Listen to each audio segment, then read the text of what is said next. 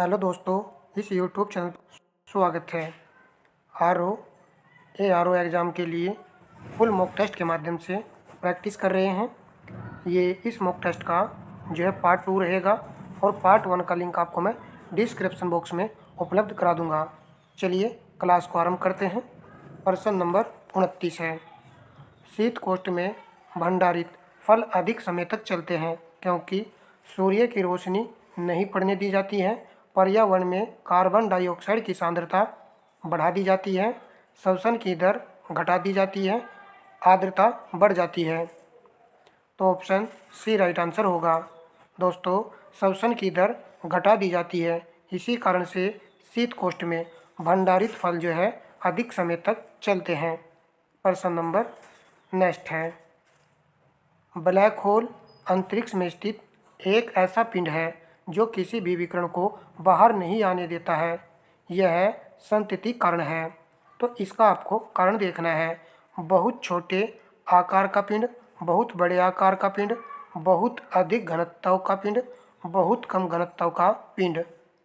तो option C right answer होगा, बहुत अधिक घनत्व का पिंड।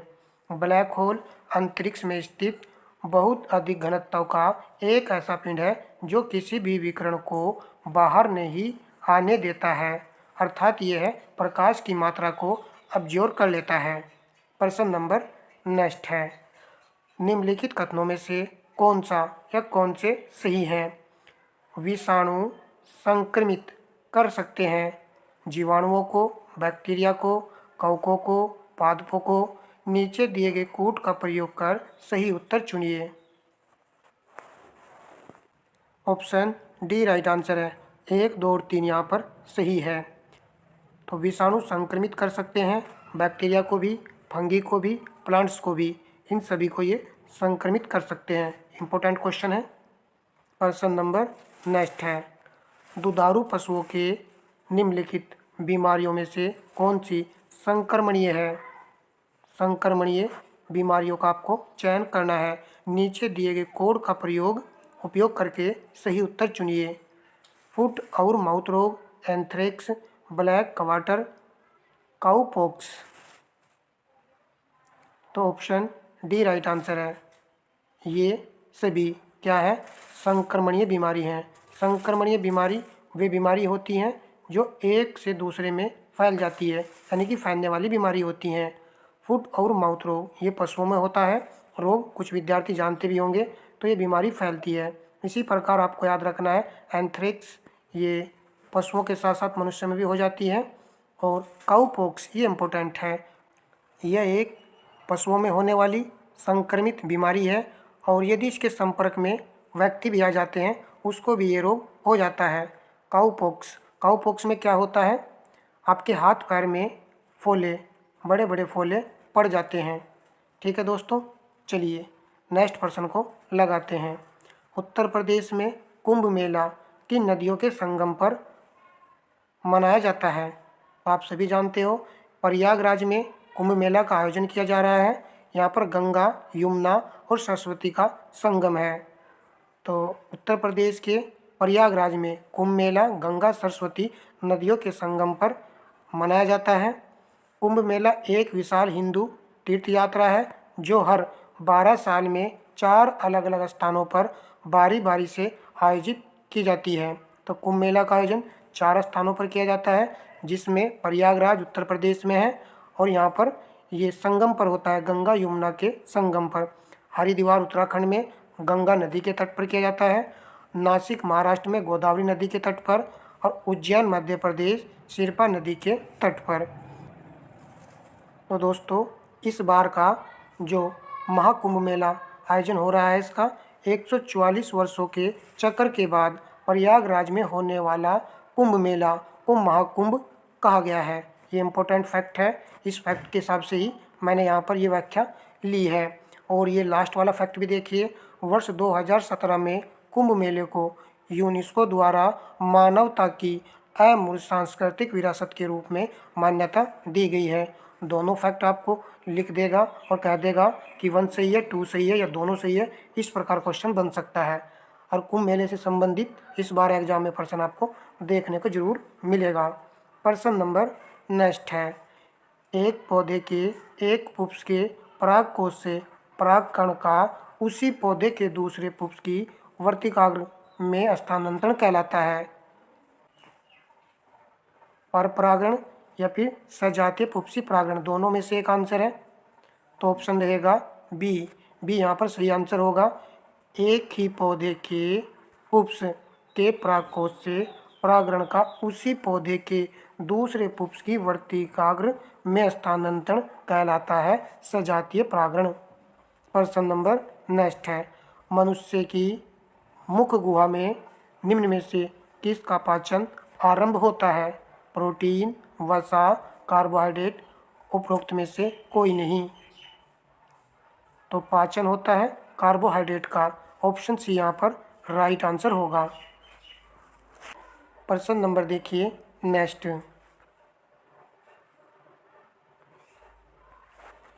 हरे पौधों द्वारा प्रकाश संश्लेषण प्रक्रिया में प्रयुक्त सौर ऊर्जा का रूपांतरण किस रूप में होता है? रासायनिक ऊर्जा, भौतिक ऊर्जा, ए और बी दोनों, उपर्युक्त में से कोई नहीं। यदि आपने इस प्रश्न में आंसर चुना है ऑप्शन ए विकल्प, तो आपका ये सही रहेगा, रासायनिक ऊर्जा। देखिए ऐसे प्रश्न में भी यदि कोई विद्यार्थी त्रुटि करता है तो ये ठीक नहीं है।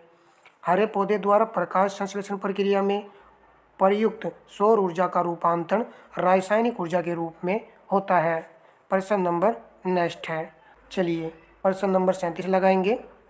कल जो क्लास हुई थी, यानी कि मॉक टेस्ट की स्टार्टिंग क्लास में कुछ थोड़े हार्ड प्रश्न थे, परंतु आज कुछ अच्छे प्रश्न आपको देखने को मिल जाएंगे। निम्नलिखित में से कौन सा एक विश्व के कारोबार सुगमता सूचकांक ease of doing business index का उप सूचकांक नहीं है?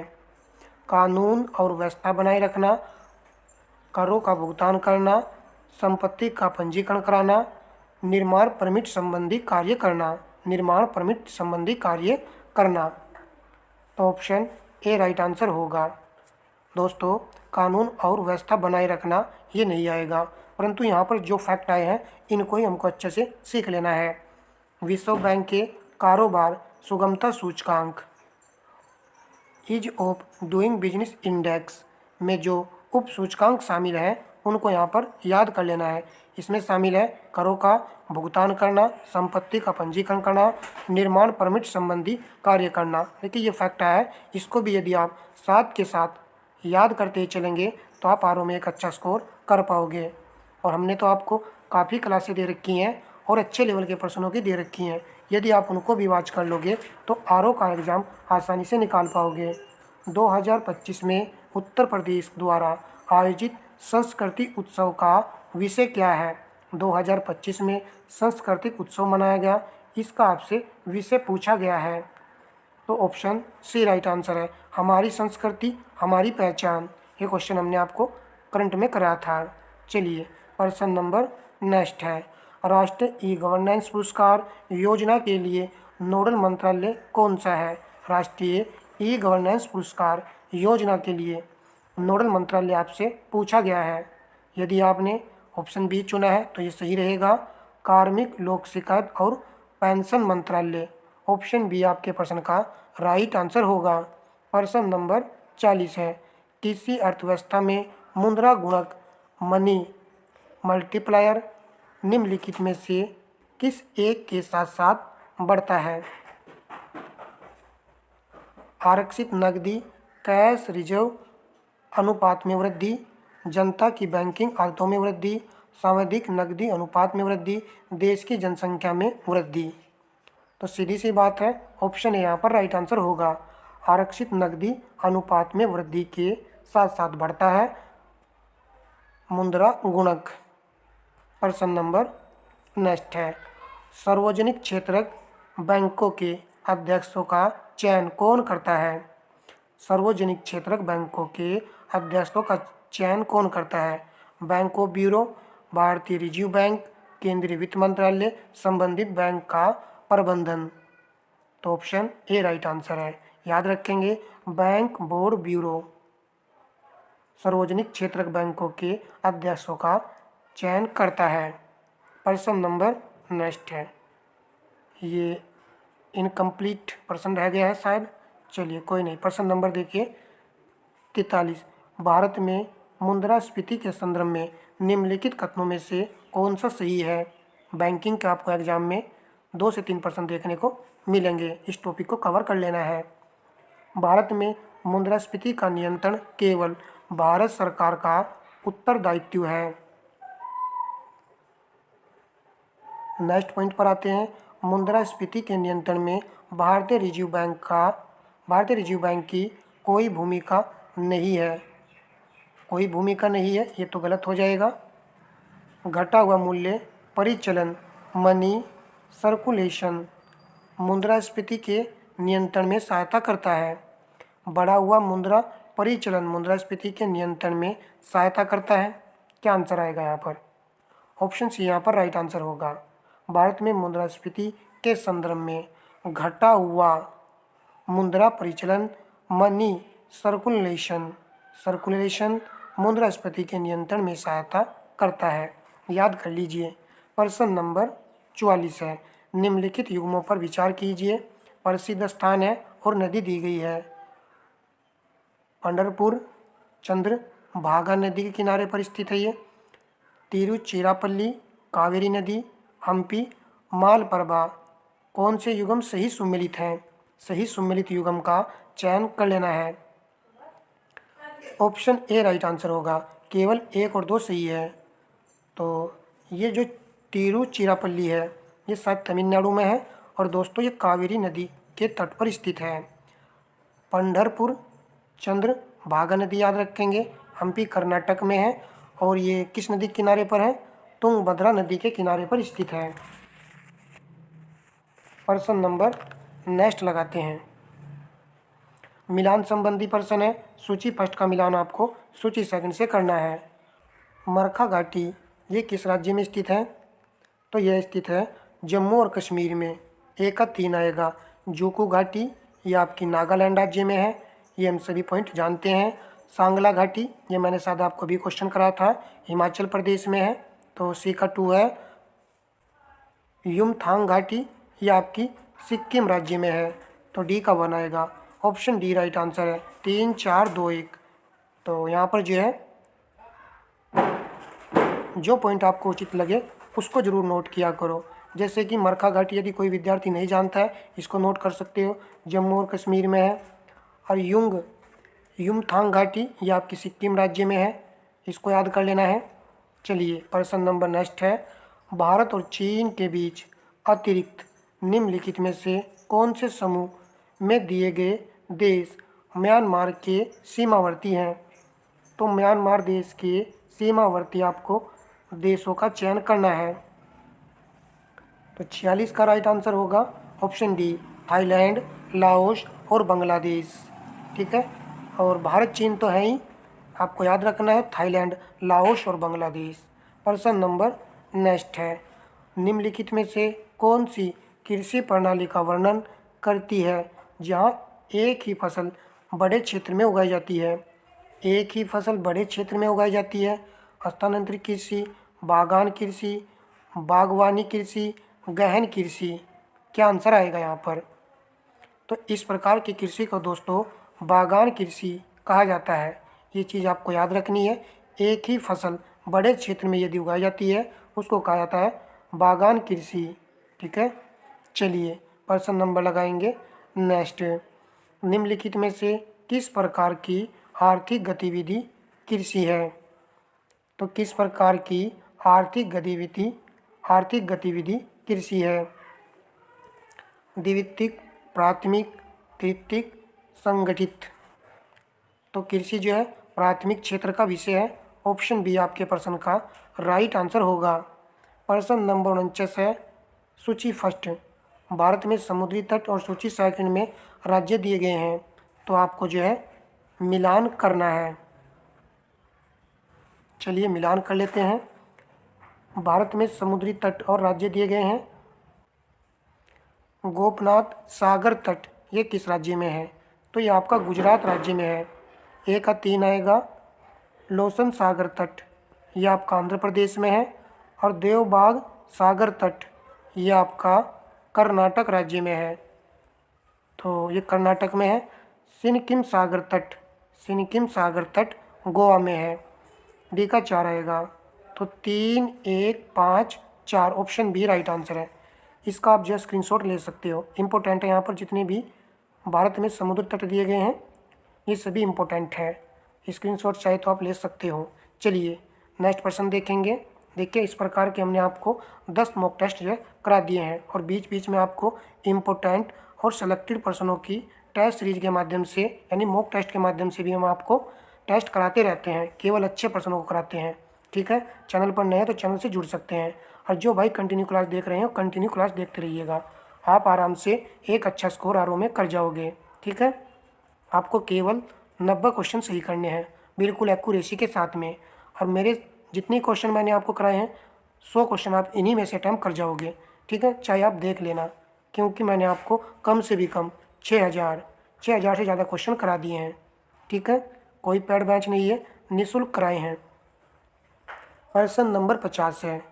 परंतु ये सफलता तभी हासिल की जा सकती है जब सभी क्लासें मेरी वॉच की हो। जिस विद्यार्थी ने या वॉच करने की अब तक यदि कोशिश करेगा तो आराम से आरओ एग्ज़ाम को निकाल लेगा। चलिए पढ़ते रहिए, चाहे पढ़िए कहीं से भी, मगर सॉलिड पढ़िए भाई। प्रश्न नंबर 50 है। भारत में पश्चिमी तट की तुलना में पूर्वी तट में धान का उत्पादन अधिक होता है। पश्चिमी तट की तुलना में पूर्वी तट में धान का उत्पादन अधिक होता है, तो बिल्कुल सही बात है। सबसे अधिक धान का उत्पादन पश्चिम बंगाल राज्य में होता है। भारत के पूर्वी तट पर पश्चिमी तट की तुलना में अधिक वर्षा होती है। पूर्वी तट पश्चिमी तट की तुलना में अधिक वर्षा होती है। नहीं, ये स्टेटमेंट यहाँ पर गलत लिखा हुआ है, तो ऑप्शन सी यहाँ पर राइट आंसर होगा। प्रश्न नंबर देखेंगे नेक्स्ट। इनमें से कौन सा सहस्त्राब्दी इनमें से कौन सहस्त्राब्दी विकास लक्ष्य है? तो 51 का आंसर होगा दोस्तों ऑप्शन ए, विकास के लिए वैश्विक साझेदारी का विकास होना। तो ये इसका लक्ष्य है। इस शब्द को देख लीजिए ध्यान से। प्रश्न नंबर नेक्स्ट है। हाल ही में किस मंत्रालय ने भारतीय अर्थव्यवस्था एक समीक्षा शीर्षक से रिपोर्ट जारी की है? किस शीर्षक से रिपोर्ट जारी की गई है? यह किस मंत्रालय ने इस रिपोर्ट को जारी किया है? तो राइट आंसर होगा ऑप्शन सी, वित्त मंत्रालय। वित्त मंत्रालय आपको याद रखना है। अर्थव्यवस्था की बात कर रहा है तो वित्त मंत्रालय यहाँ पर राइट आंसर रहने वाला है। प्रश्न नंबर नेक्स्ट है। सौर नीति 2024 के अनुसार 2027 तक दिल्ली में सौर ऊर्जा लक्षित स्थापित क्षमता क्या है? तो राइट आंसर होगा ऑप्शन सी, 4500 मेगावाट। सौर नीति 2024 के अनुसार 2027 तक दिल्ली में सौर ऊर्जा का जो लक्ष्य स्थापित क्षमता जो है वो 4500 मेगावाट है। प्रश्न नंबर 54 है। निम्नलिखित में से कौन उत्तर प्रदेश में बौद्ध परिपथ का भाग नहीं है? एक यहाँ पर बौद्ध परिपथ का भाग नहीं है। कपिलवस्तु, कुशीनगर, श्रावस्ती, संकिसा। तो आंसर चुन लिया होगा आपने। सी यहाँ पर राइट है, संकिसा।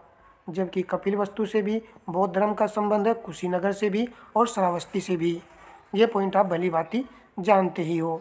सूची फर्स्ट को सूची सेकंड के साथ सम्मिलित कीजिए तथा नीचे दिए गए कूट से सही उत्तर चुनिए। स्थान और यहाँ पर स्मारक भग्नावशेष दिए गए हैं। कौशाम्बी स्थान, तो इसके लिए आएगा घोषिताराम मठ। तो 1 2 आएगा कुशीनगर राणा भर स्तूप। तो 3 आएगा सारनाथ धमेक स्तूप, यहाँ पर 1 आएगा श्रावस्ती सेहत मेहत। तो डी का 4 आएगा। 2 3 1 4 ये तो आपका आंसर हो जाएगा। तो याद रखना है सेहत मेहत, स यहाँ पर है और स यहाँ पर है। कुछ ऐसा ही आपने मन में रिलेट रखना है आपको। ठीक है, कुशीनगर, खुशी राणा भर, खुशी भर। तो कुछ थोड़ा सा रिलेट कीजिएगा क्योंकि ये प्रश्न अक्सर एग्जाम में बनता रहता है। 2 3 1 4 ऑप्शन सी आपके प्रश्न का राइट आंसर होगा। प्रश्न नंबर नेक्स्ट है। बताइए कौन सा लोक संगीत दिए गए स्थानों में से सुमेलित नहीं है। कजरी, बनारस वाराणसी, बीरा कानपुर, होली ब्रज और नौटंकी हाथरस, कौन सा यहाँ पर सही नहीं है? तो ऑप्शन सी राइट आंसर है। बीरा कानपुर दिया गया है, ये गलत है। बीरा ये दोस्तों 2-3 राज्य का ये लोक संगीत है जिसमें बिहार भी शामिल है। और कजरी को याद रखेंगे, बनारस वाराणसी, कजरी मिर्ज़ापुर और होली ब्रज और नौटंकी हाथरस उत्तर प्रदेश। नेक्स्ट प्रश्न देखते हैं। उत्तर प्रदेश में जैन एवं बौद्ध दोनों धर्मों का एक प्रसिद्ध तीर्थ स्थल है। काफ़ी बार प्रश्न ये एग्जाम में भी पूछा गया है। तो राइट आंसर है ऑप्शन सी कौशाम्बी। इस मॉक टेस्ट के पहले पार्ट को पूरा वॉच किया था और जो नए हैं जिन्होंने नहीं वॉच किया वो ज़रूर वॉच करें। कंप्लीट मॉक टेस्ट आपका ये लगने वाला है। भातखंडे संगीत संस्थान लखनऊ ड्रीम विश्वविद्यालय बना कब बना था? ये देखिए सभी प्रश्न क्या आए हुए नहीं है। यदि इनको भी अच्छे से तैयार कर लेंगे तब भी आरओ का एग्ज़ाम निकाला जा सकता है। ऑप्शन बी राइट आंसर होगा 2001 में लखनऊ ड्रीम विश्वविद्यालय बना था ये 2001 में। ठीक है, ऐसा प्रश्न भी बनता है कि भातखंडे संगीत संस्थान कहाँ पर है? तो ये आपका लखनऊ में है। प्रश्न नंबर नेक्स्ट है, हाल ही में समाचारों में देखे गए शिक्षा मंत्रालय AICTE निवेशक नेटवर्क का मुख्य उद्देश्य क्या है? तो समाचारों में देखे गए शिक्षा मंत्रालय AICTE निवेशक नेटवर्क का मुख्य उद्देश्य क्या है? तो इसका दोस्तों मुख्य उद्देश्य है एडुटेक इनोवेस्टर के लिए सहायता, पारिस्थितिकी तंत्र को मजबूत बनाना है। चलिए प्रश्न नंबर लगाएंगे नेक्स्ट। 26 जनवरी 1950 को भारत की वास्तविक संवैधानिक स्थिति क्या थी? ये कह रहा है 26 जनवरी 1950 को भारत की वास्तविक संवैधानिक स्थिति थी, क्या थी? तो यह थी संपूर्ण प्रभुत्व संपन्न लोकतंत्रात्मक गणराज्य, ये था। तो यहाँ पर बी राइट आंसर है। जबकि तो दोस्तों पंथ निरपेक्ष जैसे कि ऑप्शन सी में दिया गया है और ऑप्शन डी में समाजवादी पंथ निरपेक्ष दिया गया है। आप सब जानते हो कि इनको 42वें संविधान संशोधन के द्वारा 1976 में जोड़ा गया था। तो 1950 में वास्तविक स्थिति थी जो वो थी संपूर्ण प्रभुत्व संपन्न लोकतंत्रात्मक गणराज्य। नेक्स्ट प्रश्न पर देखते हैं। चारों ऑप्शन को ध्यान से देखना होता है। कुछ ऑप्शन आप एलिमिनेट कर सकते हो, कुछ ऑप्शन हटा सकते हो। भारत के संदर्भ में निम्नलिखित कथनों पर विचार कीजिए। भारत में केवल एक ही नागरिकता और एक ही अधिवास है। तो भारत में दोस्तों एकल नागरिकता का प्रावधान है। तो पहला पॉइंट आपका सही होगा और सही का चयन करना है। तो ऑप्शन ए और ऑप्शन सी में आपके प्रश्न का आंसर हो चुका है। जो व्यक्ति जन्म से नागरिक हो केवल वही राष्ट्रीय अध्यक्ष बन सकता है। क्या ऐसा प्रावधान है? नहीं, ये गलत है। जिस विदेशी को एक बार नागरिकता दे दी गई किसी भी परिस्थिति में उसे इससे वंचित नहीं किया जा सकता।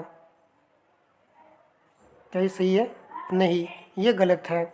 वंचित किया जा सकता है भाई, यदि वो कोई भी गलत कांड करता है या कोई अन्य ऐसी परिस्थिति कर देता है तो उसको वंचित किया जा सकता है। तो ये भी सही नहीं रहेगा। तो ऑप्शन ए यहाँ पर राइट आंसर होगा। चलिए प्रश्न नंबर लगाएंगे नेक्स्ट। हाल ही में समाचारों में देखे गए GHAR पोर्टल का प्राथमिक उद्देश्य क्या है? तो प्राथमिक उद्देश्य आपसे पूछा गया है, इसको याद कर लेना है। बच्चों की बहाली और प्रत्यावर्तन को डिजिटल रूप से ट्रैक और मॉनिटर करना, ये आएगा इसके लिए। ये भी समाचारों में देखा गया है और ये इम्पोर्टेंट है, आप नोट कर सकते हो। जिसको GHAR पोर्टल का नाम दिया गया है, घर पोर्टल प्राथमिक उद्देश्य बच्चों की बहाली और प्रत्यावर्तन को डिजिटल रूप से ट्रैक और मॉनिटर करना इसका प्राथमिक उद्देश्य है। प्रश्न नंबर 63 है, निम्नलिखित में से कौन सी घटना सबसे पहले हुई? स्वामी दयानंद सरस्वती ने आर्य समाज की स्थापना की। ये पॉइंट हम जानते हैं कि आर्य समाज की स्थापना स्वामी दयानंद सरस्वती ने 1875 में की थी। नील बंधु मित्र ने नील दर्पण का उल्लेख किया। अब ये क्या पूछ लिया इसने, देखें यहाँ पर बंकिम चंद्र चट्टोपाध्याय ने आनंद मंठ का लेखन किया। तो देखिए ऐसे प्रश्न आते हैं एग्जाम में, 4 से 5 प्रश्न तो ऐसे ही आ जाते हैं जिनका कोई अता पता नहीं होता है, परंतु इनको देखकर घबराना नहीं होता है और कुछ पॉइंटों के माध्यम से इनको याद कर लेना होता है। यदि आएंगे, रिपीट होंगे तो आसानी से प्रश्न लगा जाएंगे। दीनबंधु मित्र ने नील दर्पण का लेखन किया था 1858 और 59 में, और ये प्रकाशित हुई थी 1860 में। आप इस पॉइंट को याद कर लीजिए। बंकिम चंद्र चट्टोपाध्याय ने आनंद मंठ का लेखन किया था। आनंद मंठ का जो है लेखन किया गया था, ये किया गया था 1882 ईस्वी में। ठीक है। Satyendra Nath Tagore Indian civil service परीक्षा में सफलता पाने वाले प्रथम भारतीय बने। लाइन तो सही है, परंतु यहाँ पर सिविल सर्विस परीक्षा में ये सफलता पाने वाले प्रथम भारतीय कब बने थे? तो यह बने थे 1863 ईस्वी में बने थे। पूछा गया सबसे पहली घटना कौन सी घटी थी? तो 1860 वाली। ऑप्शन बी आपके प्रश्न का राइट आंसर होगा भैया। चलिए प्रश्न नंबर नेक्स्ट है, भारतीय स्वतंत्रता संघर्ष के संबंध में निम्नलिखित घटनाओं पर विचार कीजिए। उपयुक्त घटनाओं का सही काल अनुक्रम क्या है? इस क्वेश्चन को गलत नहीं करना है क्योंकि मॉक टेस्ट के माध्यम से मैंने ये प्रश्न आपको करा दिया है। रॉयल इंडियन नेवी में गदर सन याद कीजिए, रेगुलर क्लास देख रहे होंगे तो 1946 में ये आंदोलन हुआ था। रॉयल इंडियन नेवी में गदर 1946 में हुआ था। और यह विद्रोह मैंने आपको बताया था ब्रिटिश सरकार के खिलाफ जो है भारतीय नौसेना ने यह विद्रोह किया था, जिसमें कुछ नागरिक भी शामिल थे। और इस विद्रोह में जो है सरदार वल्लभ भाई पटेल के कहने पर आत्मसमर्पण जो है भारतीय नौसेना को करना पड़ा था। भारत छोड़ो आंदोलन का प्रारंभ वर्ष क्या है? आप सब जानते हो 1942 है। और दोस्तों द्वितीय गोलमेज सम्मेलन ये हुआ था 1931 में। तो आंसर बनेगा, क्योंकि क्रम के अनुसार लगाना है, option C 1931, 1942, 1946। Option C right answer है, याद कर लीजिएगा। अच्छा प्रश्न है और जो सन आते हैं उनको नोट किया करो भाई। प्रश्न नंबर 65 है, कांग्रेस सोशलिस्ट पार्टी के संदर्भ में निम्नलिखित कथनों पर विचार कीजिए। कौन से सही हैं? सही का चयन करना है। इसने ब्रिटिश माल के बहिष्कार और करों के अपवचन इन्वेजेशन की वकालत की। यह सर्वहारा वर्ग का अधिनायकत्व स्थापित करना चाहती थी। इसने अल्पसंख्यकों तथा दलित वर्गों के लिए पृथक निर्वाचन क्षेत्र की वकालत की।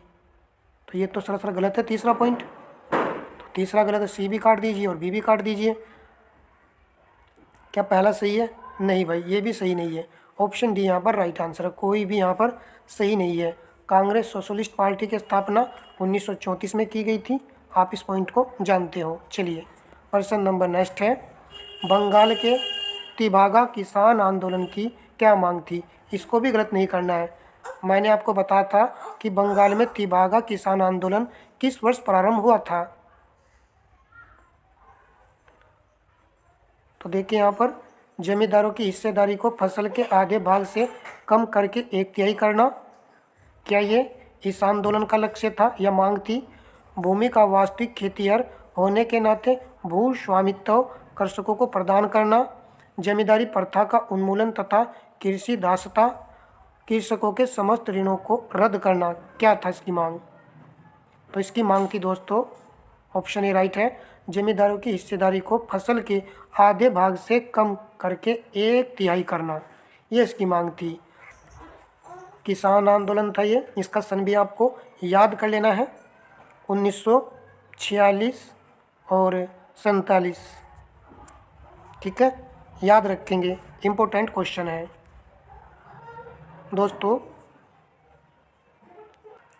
दोस्तों आपसे रिक्वेस्ट कर रहा हूँ कि इस वीडियो को अपने दोस्तों में ज़रूर शेयर कीजिएगा। व्हाट्सएप पे लगाइएगा, फेसबुक पे लगाइएगा, इंस्टाग्राम पे लगाइएगा।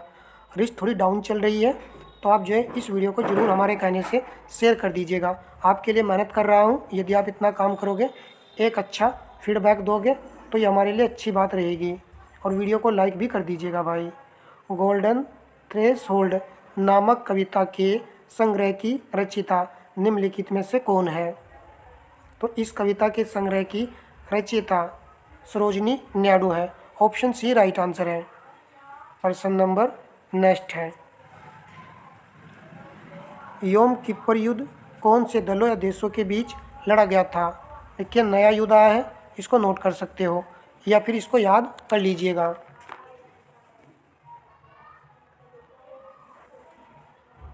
तो यह लड़ा गया था इजराइल और अरब देशों, जिनके अग्रणी मिस्र और सीरिया थे, के बीच ये युद्ध लड़ा गया था। ये वीडियो का लास्ट पर्सन है। आज की क्लास में हमने काफ़ी पर्सनों को देखा है। सेशन आपको जरूर पसंद आया होगा। भारतीय राज्यों के एकीकरण की कहानी नामक पुस्तक की रचना किसने की थी? तो राइट आंसर होगा ऑप्शन डी, वीपी मेनन ने की थी। तो ये भी एक अच्छा क्वेश्चन है। भारतीय राज्यों के एकीकरण की कहानी नामक पुस्तक की रचना की थी वीपी मेनन ने की थी।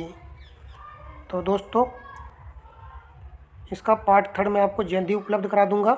देखिए आर ओ का एग्जाम पैटर्न यही रहने वाला है। जिस प्रकार के क्वेश्चन हम उपलब्ध कराते हैं आपको यही रहेगा, यही सब कुछ आपको देखने को मिलने वाला है। क्योंकि काफ़ी लंबा समय हो चुका है, पेपर आसान तो इतना नहीं बनेगा, अच्छे लेवल का प्रश्न पत्र बनेगा। जो चैनल पर नए हैं और जो पुराने व्यूअर्स हैं, यदि आपने प्लेलिस्ट वीडियो को वॉच नहीं किया तो उन वीडियो को भी वॉच कर लीजिएगा, क्योंकि सभी वीडियो में हम आपको अच्छे लेवल के प्रश्न उपलब्ध कराते हैं। ठीक है दोस्तों, धन्यवाद दोस्तों।